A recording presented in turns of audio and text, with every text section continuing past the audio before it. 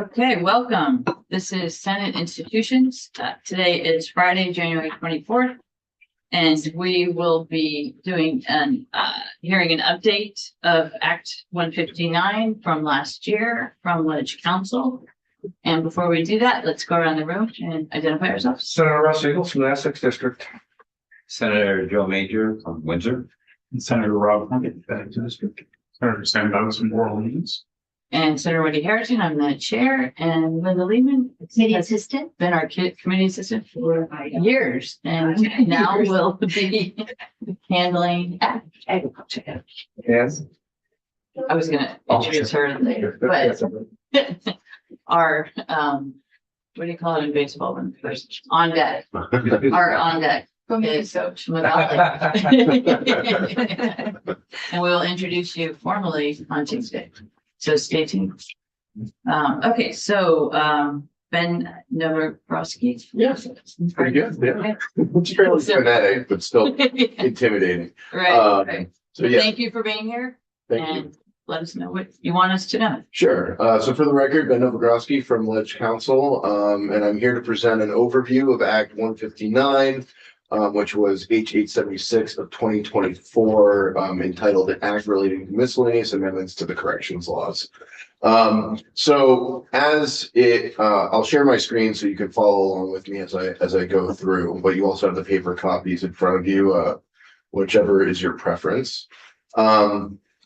But just at the outset, you know, the title is pretty indicative. Some of these changes are quite substantive. Others are just really just technical and organizational and stylistic. So for those that are more technical, I'll kind of gloss over them and then we'll really get into the substantive issues if that's okay. Yeah, and let me ask you a question. Would you prefer to have questions as we go through or wait until the end? Oh, your prerogative.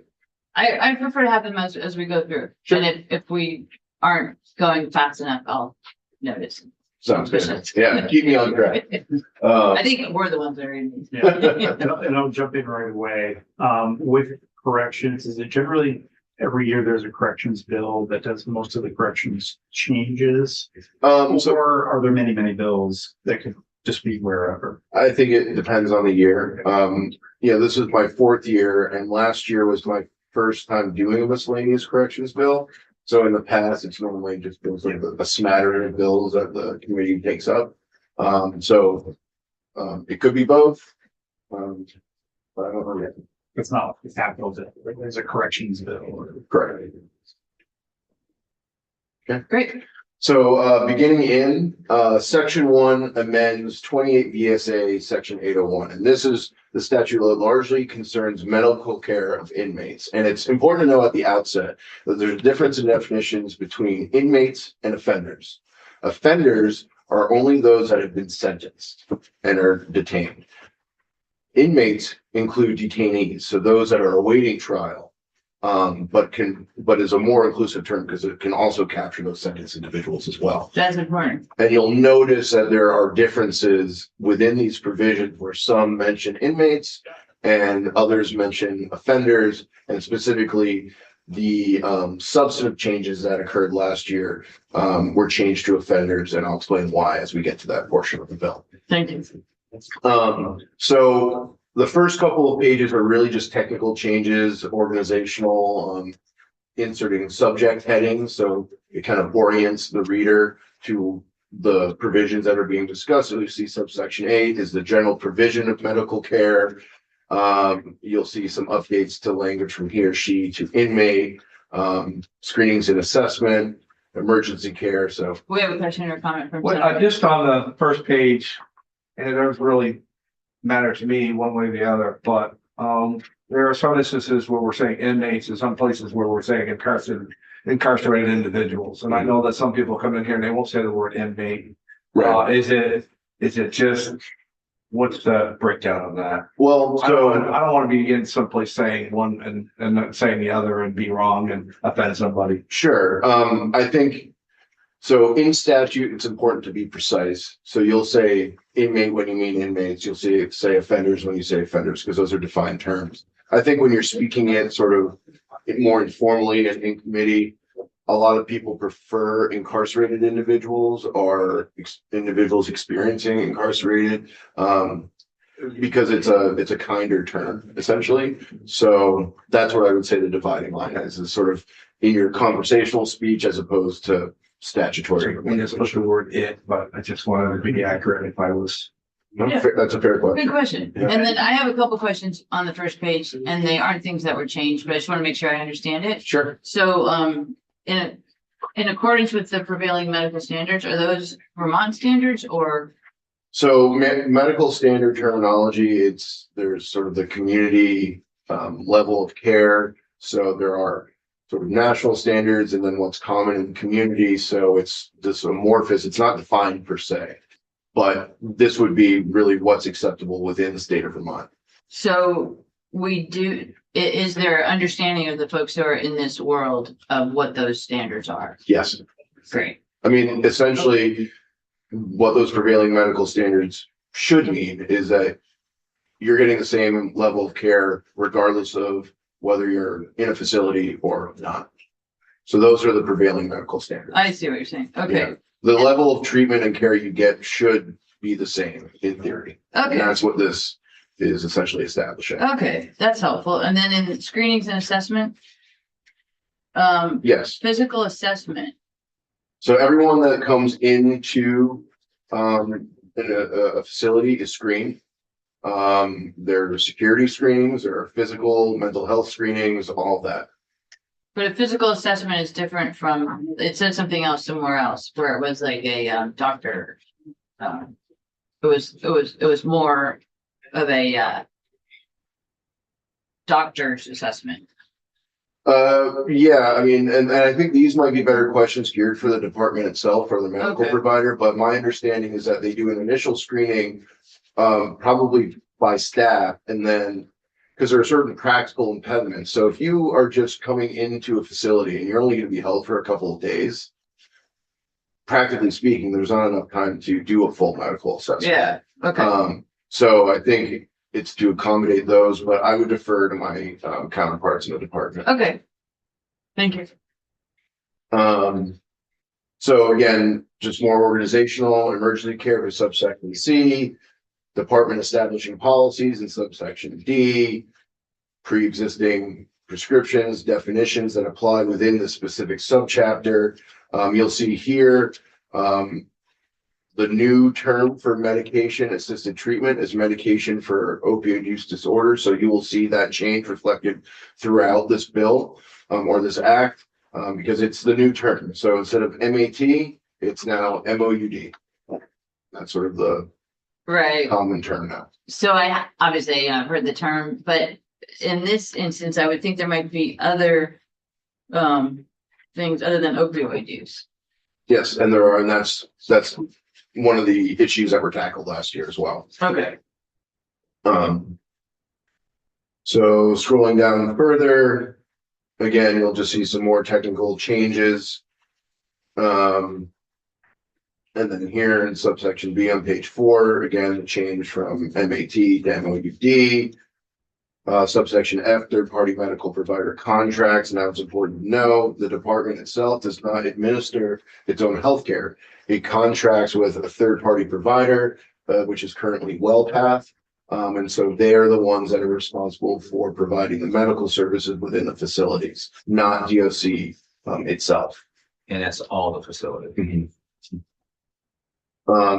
So subsection G is a substantive change to these statutes, and this talks about prescription medication in general, not specific to MOUD. Mhm. And so this came about when it came to reentry planning. So when someone's preparing to be released from a facility, so this process typically starts about 90 days prior to release.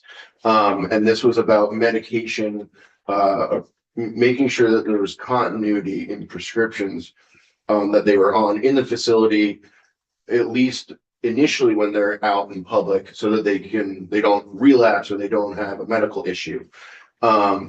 So what the legislature decided to do is that if there was a prescription medication that was being taken while the person was incarcerated, and that prescription is both available at the facility and continues to be clinically appropriate at the time of discharge, the department or its contractor is obligated to provide not less than a 28-day supply of that medication upon release if possible.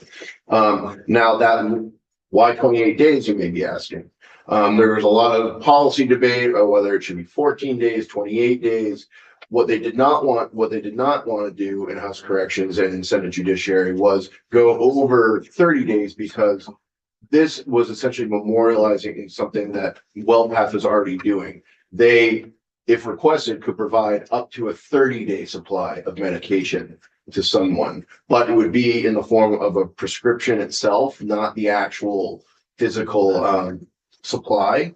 So they didn't want to go outside of the contract. So it was settled on 28 days being at least the minimum. Okay, just before you go on, Yeah, that is that other medication too, like just like heart medication? yep, Okay, yeah. so it's Heart everything. medication, ADHD medication, it Okay. could even be Good. Tylenol, yeah, Good, if it was a prescription. good. Because Um, I remember that conversation and folks had difficulty getting those. yeah, yeah. And so what this does though, is that it ensures that you leave with that supply in hand, Mm-hmm, but it also obligates the provider to, provide an actual prescription, a bridge prescription, so that once that physical supply is depleted, they can at least redeem one prescription in the community to continue that treatment. And the thinking, the policy discussion behind that was giving them enough time to find a provider, schedule something with a provider, and that they weren't losing out on the prescription drugs that they may need. Now you'll also see that in the last line here, so that's that prescription medication, or the prescription itself that they provide. And then in subdivision 2 on page 5, you'll see that the department has an obligation to identify any necessary licensed healthcare provider or substance use disorder treatment or both, and schedule an intake appointment for the offender with the provider so they can continue that care. And the department or its contractor has the ability to use a caseworker or a health navigator to assist with those scheduling appointments. So it's twofold. You get the prescription and the supply that goes with it. And then we're also going to help you schedule an appointment so that once those supplies are depleted, you can continue your care. okay, and this was already effective probably in the summer. Yeah, so this one, it was July, I believe July 1st, 2024 was the effective date. Okay.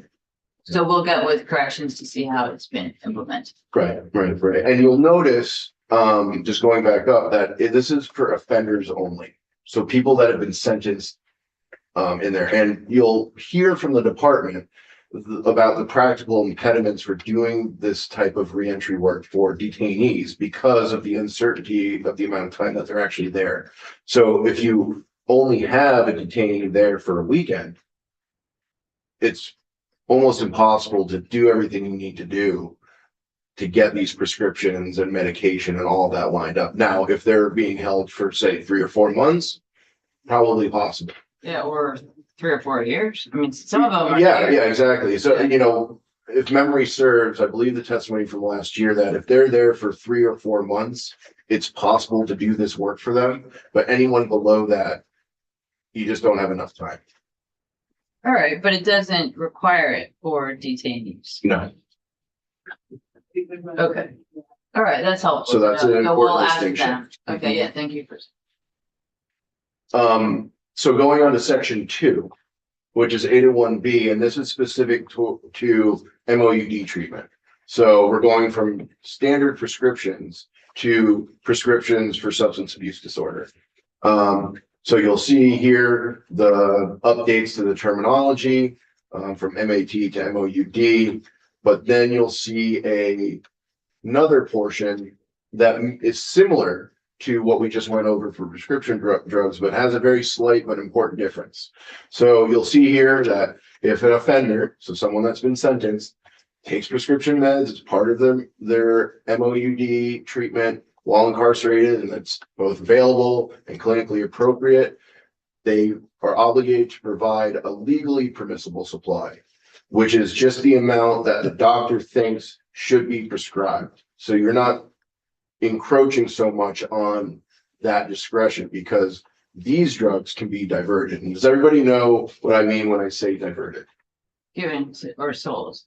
Right, exactly. So they can be taken improperly or they can be sold. And so this is a policy decision to essentially hedge against that issue. Otherwise, it's largely the same as a prescription drug mandate. They are, again, given that legally permissible supply. They can also get that prescription to redeem within the community. And then you'll see here, they can offer care coordination to an offender to expedite any counseling or behavioral therapies within the community. And then again, to identify any healthcare providers or treatment programs and help them with scheduling that initial intake. Everybody good? Then we get into section 3, which is a completely different Something completely different. topic altogether. And there was at one point a lot of discussion about implementing educational good time. Now, does anybody know what the term good time means in the correctional context? Yes. Well, good. Put you on the spot, so- It doesn't exist anymore, however, as I recall, because it's now earned time credit. It's not- Right, but it's still kind of informally, so Yeah. well, it started off as good time, it's now called earn time. But do you want to enlighten us on the concept or do you If defer to me? you behave, well, actually, I don't think you have to behave yourself. You're just there for a certain number of days and you get a certain number of days. Well, you do have to behave yourself, So it's 30 days and it takes 7 days off. per correct? year. So Yeah, it's- so as long, and there are different statuses of violation or minor infractions, major infractions. But the concept itself is you gotta be on good behavior for 30 days. And per 30 days of good behavior without those infractions, you can get 7 days taken off your sentence. So that's the concept that we're, You might want to explain how sentences work, okay. because a lot of people don't understand. So sentence is the sanction essentially that's handed down by the court after you've been determined guilty. There are various sentencing alternatives that can be imposed. There could be a sentence of incarceration, which is essentially what we're talking about here. There's also probation. There's also community restitution, which is colloquially known as work crew. And there's a fourth option that escapes me at the moment. But, well, diversion is an offer. It's not a sentence. Yeah. There's reparative ward, which is possible specifically when it's a incarcerative sentence. Yes. You have a minimum term to serve and a maximum term to serve. So the minimum is the term that you serve essentially until you're eligible for parole. Yep. And then you could continue to be supervised until you hit your maximum. The earned time comes off of both the top and the bottom. So if you're sentenced to 30 to 60 days to serve, after the first 30 days, you get 7 off of the bottom number and 7 off of the top number as well. Yeah, so that's a good description of the concept of earned time and sentencing. So what was discussed last year is that they wanted to expand the earned time program to parolees, so people that are on parole, and also for educational credits. They couldn't decide on the policy, so what happens when we can't decide on something?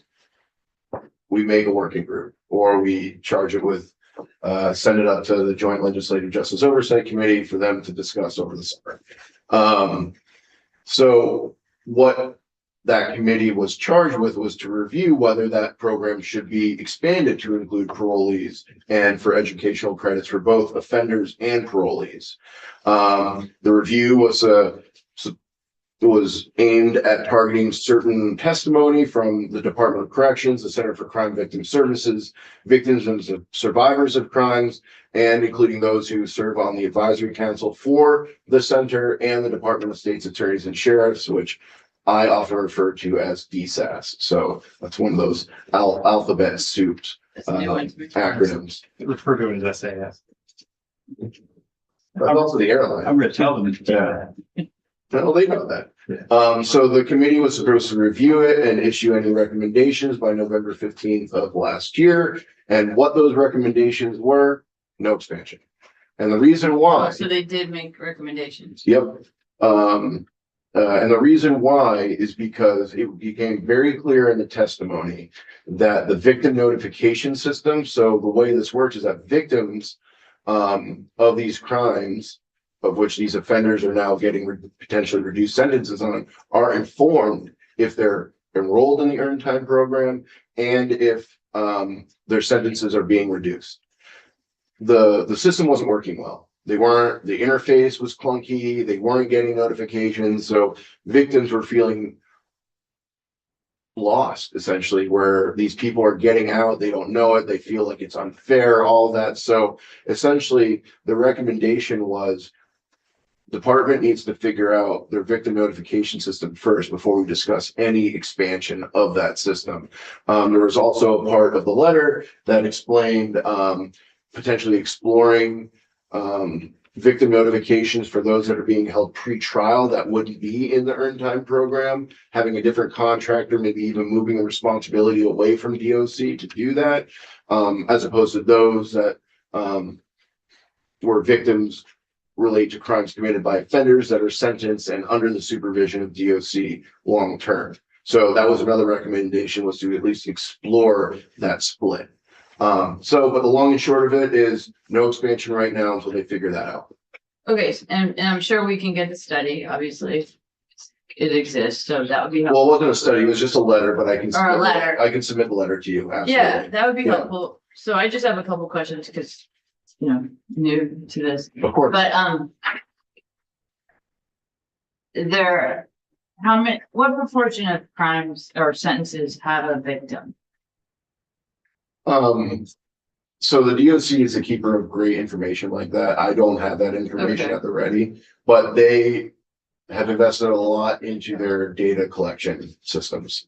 So they can tell you the difference between crimes against people, crimes against property. I mean, theoretically, there's always a victim in a sense, either the public Or in the general. people, yeah. But I'm assuming you're talking about crimes against individuals, so Yeah, like a violent. Or crime. the people who were not getting notified. Yeah, so So would that include, I say, don't know- like I an don't know. institution, if, I don't know if it breaks it down to that level of granularity, where, crimes against people and then how many of those are enrolled in the good time earned time program. But I would pose a question to the department. all right, yeah, I'm just trying to get a sense of the big picture, like if it's a small percentage, then maybe. it would be- It seems pervasive based on the testimony. And another person to potentially keep on your frequent flyer list, Yeah, is Jennifer Pullman. She's the director of the Center for Crime Victim Services. And so this is what they do.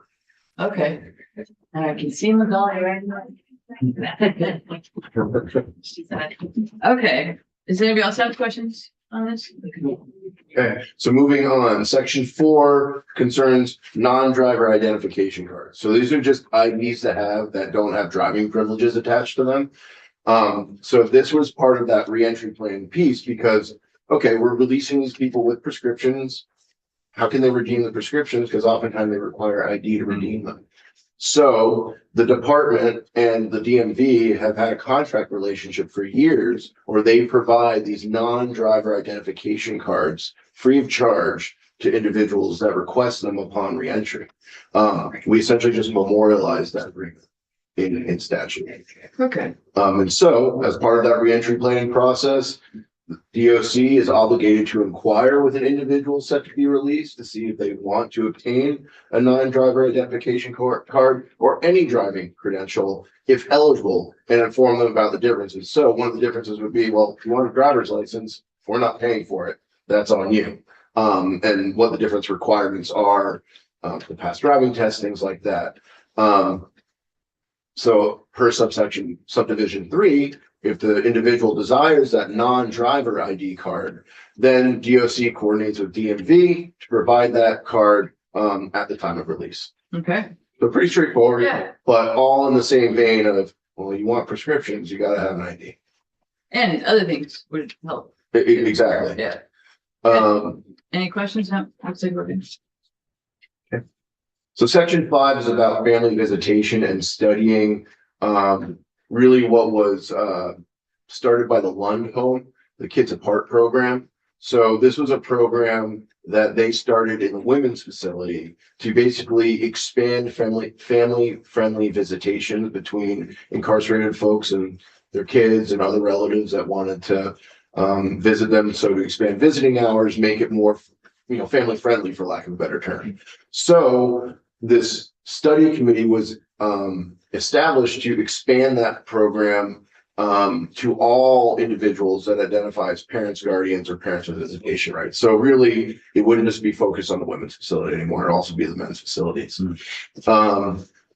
Within that commission was the Commissioner of Corrections, the Child, Family, and Youth Advocate, a representative from Lund, the DCF Commissioner, representative from the Vermont Network, or any of their designees.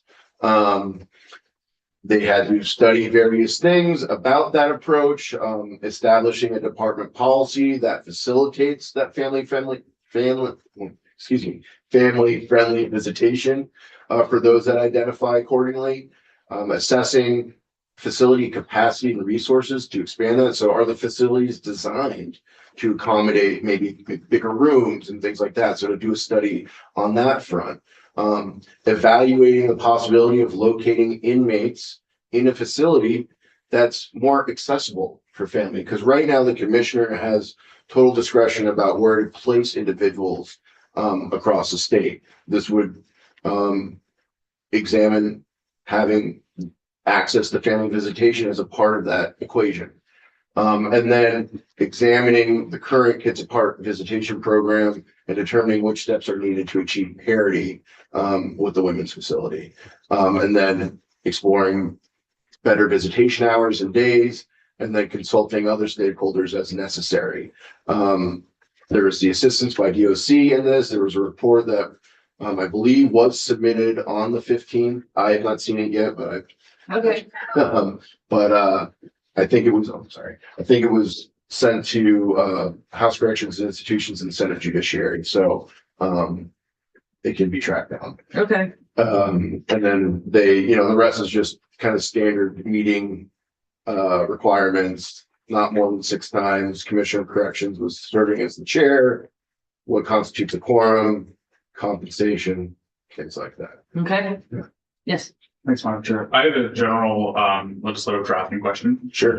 In section 5, B, you have like Lund and Vermont Network Against Domestic Sexual Violence. Those are like external organizations, nonprofits, or whatever. They're not state entities, and as such, they might cease to exist someday. Right. So, and again, legislative drafting question. So, because this is a committee that shall cease to exist, go away, is that why you're able to put in those entities that might not exist someday?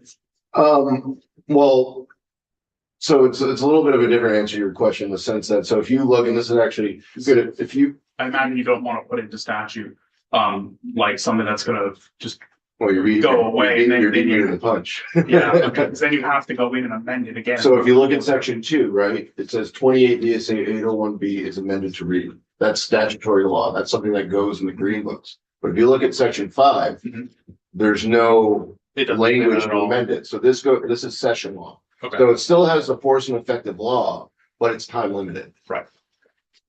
So that goes to your question. General legislative drafting. Yeah, That's a no, good question. Thank you. That's good, because I've wondered why we don't say like or successor. But- Yeah. So you don't need, But that's all why, right, yeah, cool. that's why the big Thank bill is always session law. Because every year you have a different budget. Okay. Yeah. So any more questions on section 5? I guess just one question I would have is there any one or more folks you would recommend that we get in to talk about this? Probably the Commissioner of Corrections, or his designee, since he was the chair, Mm-hmm, and they were the author of the report. okay. Yeah.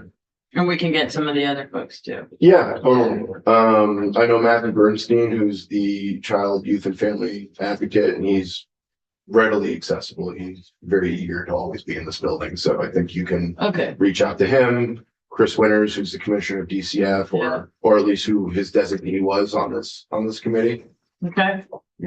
But I do not know who the representative from Lund was or from the network. The network. Yeah. Great, thanks. Sure. So another study and report in section 6, and this is about inmate population reduction. So, there were some findings and intent about, the Vermont inmate population going from 300 detainees per day in 2020 to about 500 per day. Last year, I believe that in the joint hearing between the House and Senate Judiciary Committees on Tuesday, maybe it was Wednesday, the number was 533, which is the highest it's been in quite a long time. And so there was a study started about the possibility of stopping the practice of Vermont inmates being housed in privately operated for-profit or out-of-state correctional facilities. And that the intent of this study is to end that practice by 2034. So that corporations are not enriched for depriving the liberty of persons sentenced to imprisonment. It is the further intent of the General Assembly that such a prohibition does not affect inmates who are incarcerated pursuant to an interstate compact. So what that means is that our facilities oftentimes are used to house federal inmates. And there's typically interstate compacts that do that. So this would not affect those compacts. It would only be state inmates, if that makes sense. Yeah, I'd like to understand that more, actually. Well, I don't know. I guess. I don't know well, the details of each interstate compact to do that. I think that would be a conversation to have with the department itself. But I think the general concept to know is that we house federal inmates based on those compacts, and they would not be affected by, I mean, nothing's affected right now because this is just a study with intent, but they would not be affected, by Okay. anything that was enacted So based the- off this study. Okay, sorry to interrupt you. So what I'm hearing is that the interstate compacts are only relative to federal Mhm. inmates. I was thinking that we might have interstate compacts for It's possible that we holding do. people in other states. Well, that's so the interstate compact are typically ones that are agreed to by, say, like 35 states across the country. This wouldn't affect Vermont inmates that are housed in Mississippi right now just through a contract that DOC has with that private facility. It's actually, this is specifically aimed at stopping that practice, not the federal practice. Okay. Okay, Yeah, I know it's a Yeah, hard we distinction to draw, I but guess we have small compacts for health stuff, and that's what I was thinking. That's with like 2 or 3 states. right. So But I if it's thought- a formal interstate compact that's adopted in Yeah. law by multiple states, it would apply. But right now, a contract between 2 states to just send some inmates to be housed there would not fall into that. Okay, Mhm. thanks. Yeah, because a lot of those interstate compacts are actually law of those states. Yes, and Not, yeah, that's what the medical ones were. right, Yeah, exactly. they were like authorizations for different kinds of doctors. Yes, so it would not affect any, but I'm not aware of any compacts that we have adopted in the correctional realm outside of federal ones that involve interstate exchange of prisoners. Got it. Okay, thank you. But I could be off on that, so that's why I defer to the department. So you'll see here in section B, so this is a 2-year process. So the report on this would be due this upcoming November, so many months from now. So it would be done, the judiciary is responsible for authoring the report in conjunction with DOC, DSAS, the Office of the Defender General, and the Law Enforcement Advisory Board, which is a subcommittee of the Vermont Criminal Justice Council. Does everybody know what the Vermont Criminal Justice Council is? I did. Just repeat again. Okay, so it's that specific subcommittee that would be involved to submit a written report to both House Corrections and the Senate Judiciary Committee on the methods to reduce that number of offenders and detainees in Vermont correctional facilities as a whole. The report would include identifying new laws or potential amendments to help reduce that number, methods to divert individuals away from the criminal justice system once involved, like diversion, Senator Douglas, initiatives to keep individuals involved in the criminal justice system out of Vermont correctional facilities. So reentry services, reentry residences, things like that, so that they don't have to be physically housed in an incarcerative setting.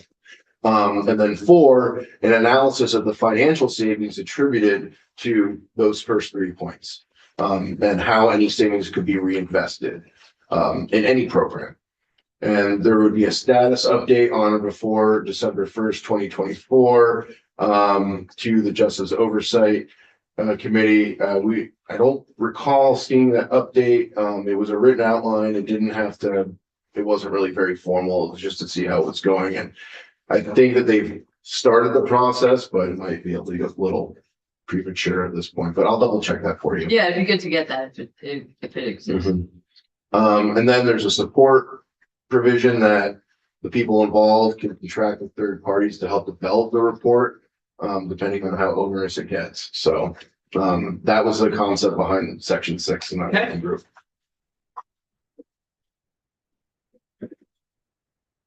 So section 7 is reentry services, new correctional facilities and programming recommendations. This has a lot to do with the new proposed women's facility, which I'm sure some of you are very familiar with from last year.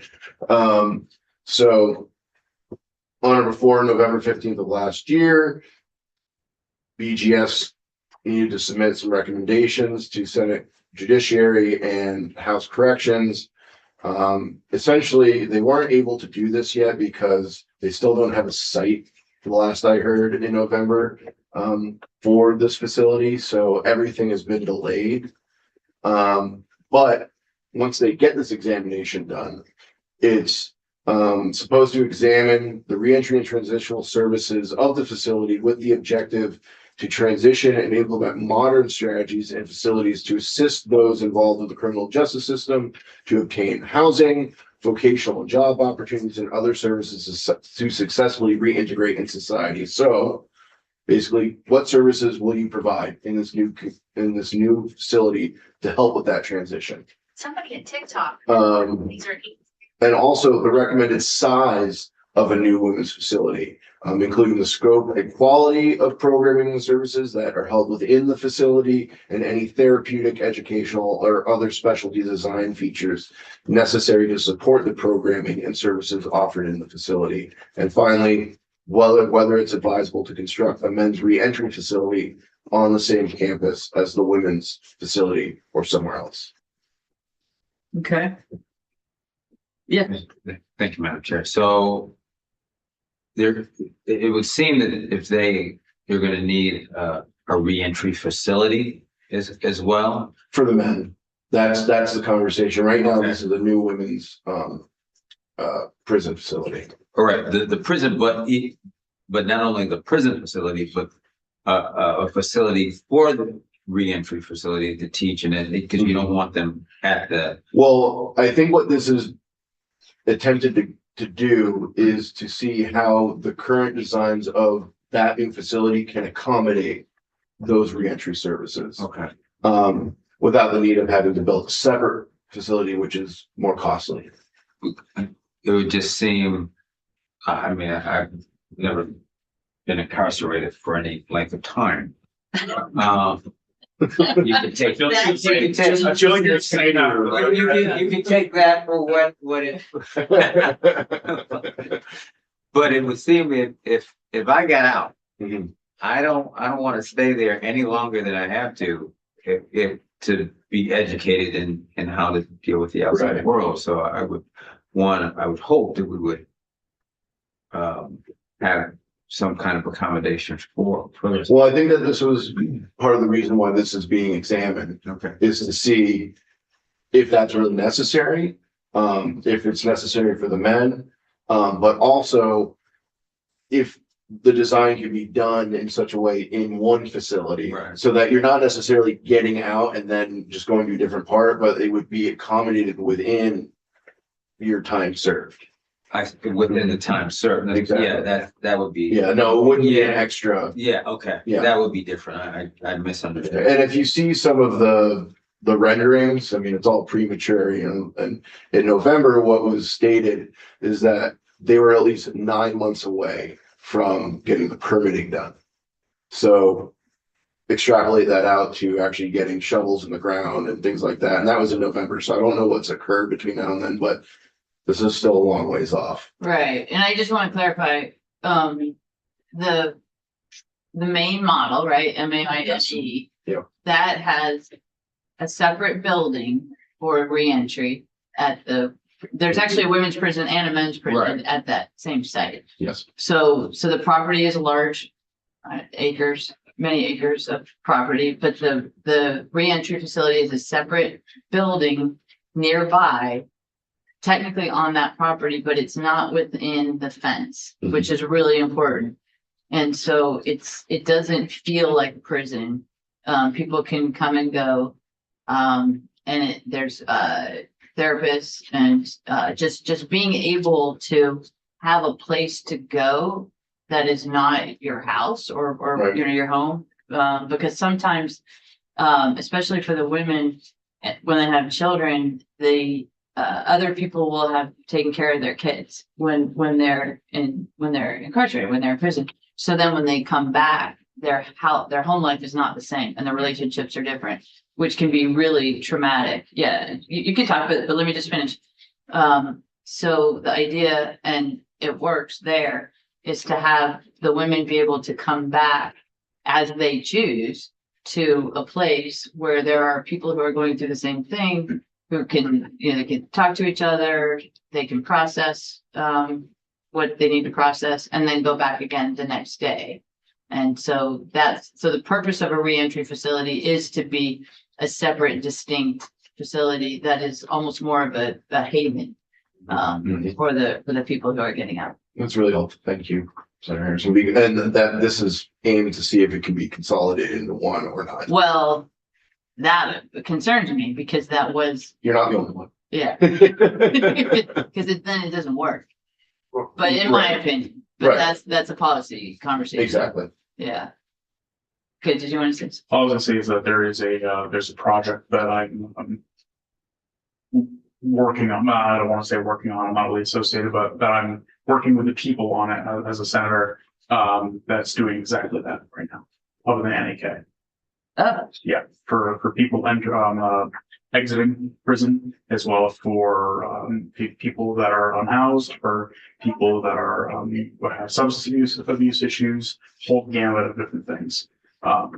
So and it's privately funded, well, mostly privately funded, also partially funded through grants. So great. it's- Why don't we put you on an agenda at some point? You can tell us. about it. Maybe I'll contact the people and see what they think. I'm already writing a letter to the Commissioner of DCF to see if he and the other people in his department can visit the facility and see how it's going and meet the people running it. So, Okay, yeah, Great. it might take like 5 years to get off the ground because there's just a lot of moving pieces. But 5 years. 5 years, 10 In years. some areas here is quick. Right. Yeah. Well, and to talk about the policy decision, I think some of the people that are of like mind, it's counterbalanced by, well, you just need a new women's facility at this point because the other one's crumbling. So it's that sort of, Oh, yeah. It's beyond that. It's a It's not, yeah, yeah, yeah. So I think crumbling is a nice way to explain. It's all crumbling. Everything. trying to be diplomatic. Yeah, no, I Um, understand. Yeah, so I think that was what this effort was, to at least examine it rather than having to reinvent the wheel again. That's interesting because my interpretation, I guess that what this was there was a rep that was particularly vocal, and I agree that the men need a reentry facility. So I thought that was. And that's part of, that's point subdivision 3, right in Right. section 8, yeah. Right, So, yeah, it's kind of a little bit of everything. yeah, okay, that's helpful. Um, And so did they say when the report will be done or Uh, we can ask them? Yeah, it was supposed to be in November, this past November on 15th. Right. So, yeah, Oh, but I thought it was delayed because they didn't have a site. well, They they, have the report. there's a report, but I Oh, don't think it was. so it's one of those. Yeah, It's 5 acre reports. Oh, okay, because we actually do have reports that are like 4 lines. yes. So, I mean, they try to do the work within. oh, no, the I abilities that understand. they're able, but yeah, but I've seen those reports. Okay, well, Um, thank you. So now we're on And section then 8. section 8, which I believe is the final section. This is about probation and parole officers and hospital coverage. So last year, there was a lot of testimony about probation and parole officers being used to staff hospitals for detainees or incarcerated folks who needed medical care in a hospital. And because there were staffing shortages, there wasn't anybody else. So the P&P officers were being pulled out of their normal assignments to do that, overworked, kind of the old refrain that we're hearing a lot these days. And so there was an intent to help alleviate that issue. And by last week, DOC, in consultation with the agency administration, was supposed to present a plan to appropriations and judiciary and Senate, and then also the appropriations committee and House Corrections as well in the House, about how to address those staffing shortages, including general staffing recommendations to relieve P&P officers from being placed in hospitals, the number of staff required to provide that relief, and any costs associated with the department staffing requirements. So can't recall the contents of that report, but it was, Oh, it was submitted. I believe so. Great. Yes. Okay, so we'll take a look at that. That one I couldn't find. Okay. All right. Any questions so far? Because then I want to ask a different question. We're good? So, Ben, these are the changes that were made to the statutes. I would suspect that the laws about corrections are. All of Title 28, and then a smattering throughout others. So- Like Title 24 has a lot of the community justice center stuff, but that was all is in the process of being moved to funding from the AGO rather than DOC. That is interesting. And that was from H 645 of last year, which I believe was Act 180. I'm just gonna write restorative justice being, That was If you can- a big because that's issue. a big deal. So Mhm. we should know about that. Okay. I think. Yeah, I mean, to be frank, it's kind of outside your jurisdiction, at least at this point, because they moved the funding from DOC to the AG. Oh, I see what you're saying. Okay, And it's all really housed in Title III right now, which is the Attorney General statute. okay, So because it's about it implemented pre-charge diversion, because right now diversion is only available after you've been charged, but as of last year, they created this new pre-charge diversion Oh. program. the one they're doing in Newport. Where they started, No, that's the pretrial. Pre-trial supervision, which is in Oh. Orleans and Essex, was also part of Act 159. This is Act 159, 139. It was S 195 is the underlying bill. So different issue, okay, different bill, Okay. but still kind of connected in a way. okay, But no, this was Act 180. It's all under the auspices of the Attorney General's office now. So I would say it's firmly outside of this committee's jurisdiction. okay, so that's something we don't have to learn about right now. And some of us do already know about it, which is good. Got it? Yes. You said pre-charge diversion. Yep. Can you explain that a little bit? So the concept is that before I you kinda charge, get it from the words. yeah, before you're charged with a crime, you can have a direct referral to a community justice provider. Okay. So essentially, if there's probable cause, which is sufficient evidence to indicate criminality,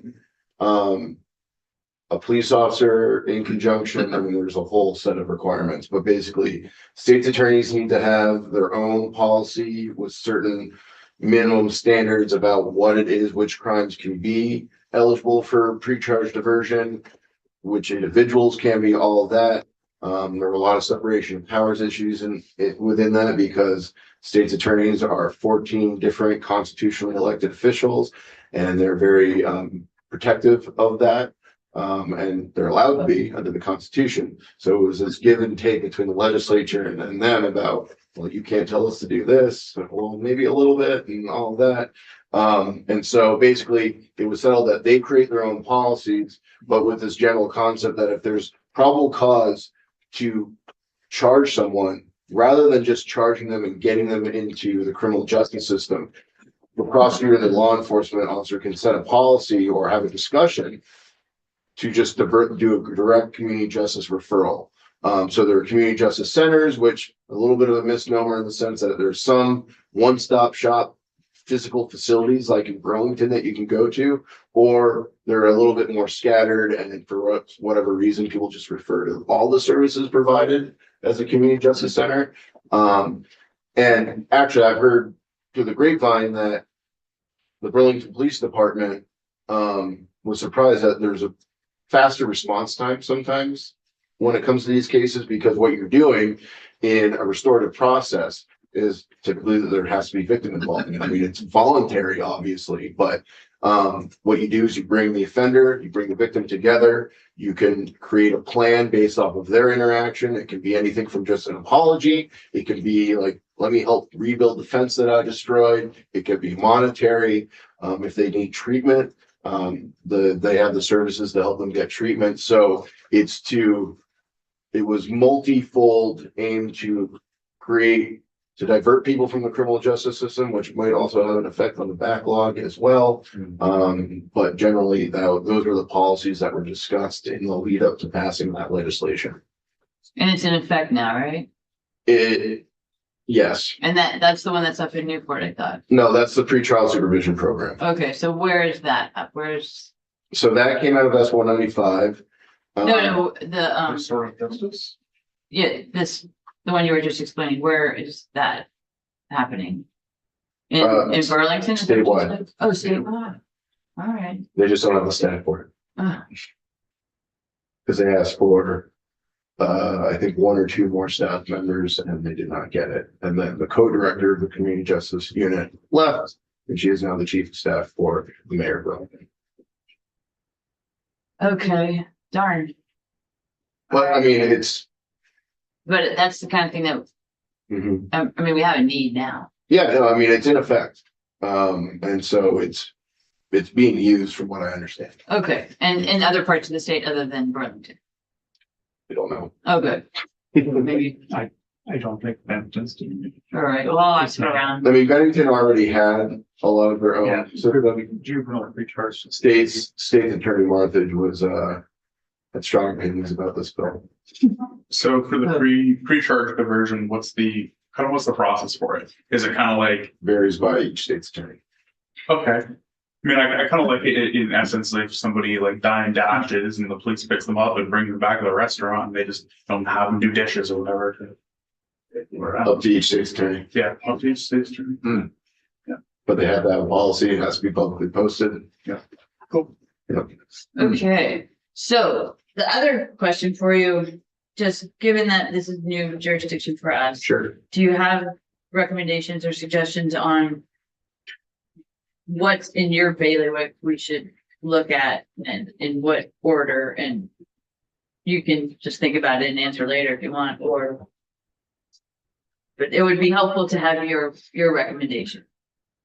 Well, so part of that's going to be informed by the committee's jurisdiction, which my understanding is still being worked out. And I think is really a question for Secretary Bloomer, not to put him on the spot. Okay. Because when you look at the Senate rules, it just says very generally, and the Department of Corrections for the jurisdiction of this committee. But it doesn't really distinguish within that, like what Senate Judiciary would have as opposed to this committee. What I've discussed informally, so don't hold me to it, is more policies that affect like staff and facilities, like so inside the facility would probably be more here, but policies that affect how inmates are treated, other DOC programs, things connected to the judiciary, like the pretrial supervision program, because that's something that's ordered by the court, but is managed by the Department of Corrections. That's probably more within Senate Judiciary. I would imagine, administrative issues, staffing issues, things of those nature might come here. Okay, But I don't know for sure. And ultimately Secretary Bloomer is the Right. one that assigns the bills to the respective committees. Right. So whatever calculus he has going. right. All right, then this will be a continuing conversation, so I'll talk to him. I mean, I have spoken with him, and my understanding is it's the operations of the corrections facilities, but not parole and probation. Correct. That's my interpretation of it. Okay, And so with that in mind, for instance, like the hospital staffing issue that we just went over. right, Might be something that you want to get familiar with. right. I do know, former Senator Vince Luzzi is someone that was working very hard on that with, Vermont State Employees Association. Yep, Because that was something that he brought to the table, so he or Steve Howard, who's a director, might be the people to talk. yep, and they're on our list. I guess what would be helpful if there's specific statutes or language that we should look at before we talk to folks, or we can just talk to folks and learn about how things work and. Yeah, I mean, there really aren't many statutes that are directly speak to staffing. I mean, those really come in, the appropriations bill, things like that. But like, for instance, in Title 28, I want to say it's section 126 or 127, there was the peer support counseling services that was established, I think 2 years ago. So that's essentially in-house, because employees of the Department of Corrections are exposed to some traumatic stuff. It's to give them support within their ranks to help each other. So maybe the status of that, but that is something that was specifically drafted for them. That's probably within this, and that would be a statute that you could look at. So to establish this program, I couldn't tell you what the current status of it is and if it's successful, but that would be an example. Okay, well, it sounds like starting with what's actually happening and what the issues are, and then we go to statute. I did. Which- It's impressed, yeah, Title 28 section. Right up top. Check. Well, hey, you helped me with the sentencing statute, 70-30, so, there we go. We're a team, right? No, that's fine. Yeah. All right. Well, any other comments or questions, or this has been very helpful. Yeah, I know it's kind of rote and a little dull to kind of Yeah. go through it all, so I appreciate your patience, but as I said in my intro, I try to spice things up when appropriate, so I'll try to always bring a sense of humor and keep things interesting as much as I can. Thank you very much. Thank you. Yeah, Thank you. See you soon. It's my pleasure. Weekend. of course, yeah, have a good weekend. Enjoy the sunshine. Yeah. Hope to cover the What's 0 that? degrees we're gonna get later.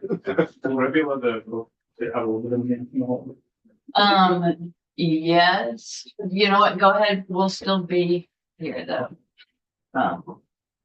He's gonna get you in the sun. Can I ask you a question? Oh, okay, of He's course, following yeah, all right. He just doesn't want the rest of us. No, we'll take care of it. Okay. Thank you. Thank you. Okay, so before we adjourn, are there any topics folks want us to look at next week? We have a pretty good, we have a good list of things that are including IT and corrections and some capital bill. I not offhand. Okay. No, just as a capital, I'm sorry, go No, ahead. no, I was just saying, I want to just, what we talked about earlier, going off the field trips aside. I haven't visited any prisons, at least in Vermont. Definitely, we will do field trips. Yes. Yes. And as soon as we can see the capital bill, it'd be just great. Okay. Yeah, as soon as, I don't know if he's bringing that out or we need to budget on Tuesday.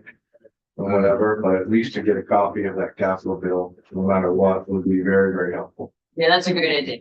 So we don't Before wait. crossover, then. Oh, Well- capital bill, yeah, because they'll have it in the They'll have- hopper. they'll have your- We should, if he does his budget, we should know what that capital, we should be able to see the capital bill on Tuesday, because all the numbers are solid. I mean, he's got the numbers, so. Yeah, the first column. So that would be very, very nice to see. All right, we can do that. Good. All right, so if there's anything else,